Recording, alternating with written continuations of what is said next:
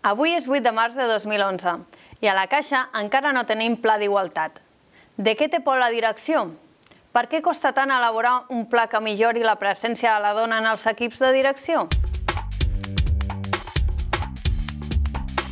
Ja fa 4 anys que va entrar en vigor la Llei d'Igualtat i la Caixa és una de les poques empreses del sector que encara no compta amb un pla d'igualtat. No fomentar la igualtat significa perdre potencial de la plantilla, perdre talent, empitjorar el clima laboral, disminuir la productivitat, augmentar l'absentisme i empitjorar la imatge de la Caixa. En definitiva, ser menys competitius. En canvi, en una situació d'igualtat real s'utilitza el 100% del potencial de la plantilla. Es pot captar i retenir talent. S'aprofiten les característiques específiques de cada un i cada una, és a dir, persones diferents aporten valors diferents. Es disminueix l'absentisme, es millora el clima laboral i amb això la productivitat.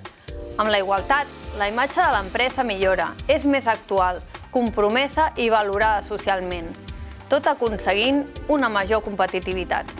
La igualtat és un element rendible tant a l'empresa com per a les persones que hi treballen.